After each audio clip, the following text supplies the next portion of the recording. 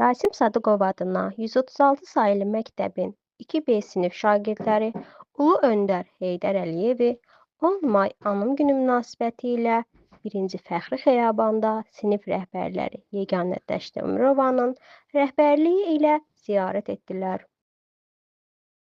Ulu Öndərin məzarına qərənfillər düzən şagirdlərimiz bu gün ilə bağlı xatirə şəkilləri çəkdirdilər.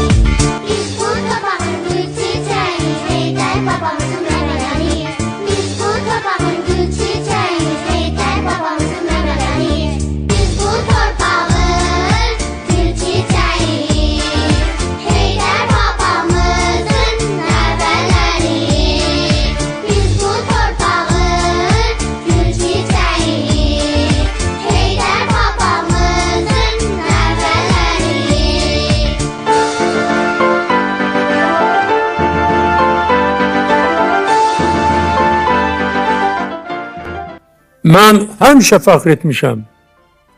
Bu gün də fəxr edirəm ki, mən Azərbaycanlıyam.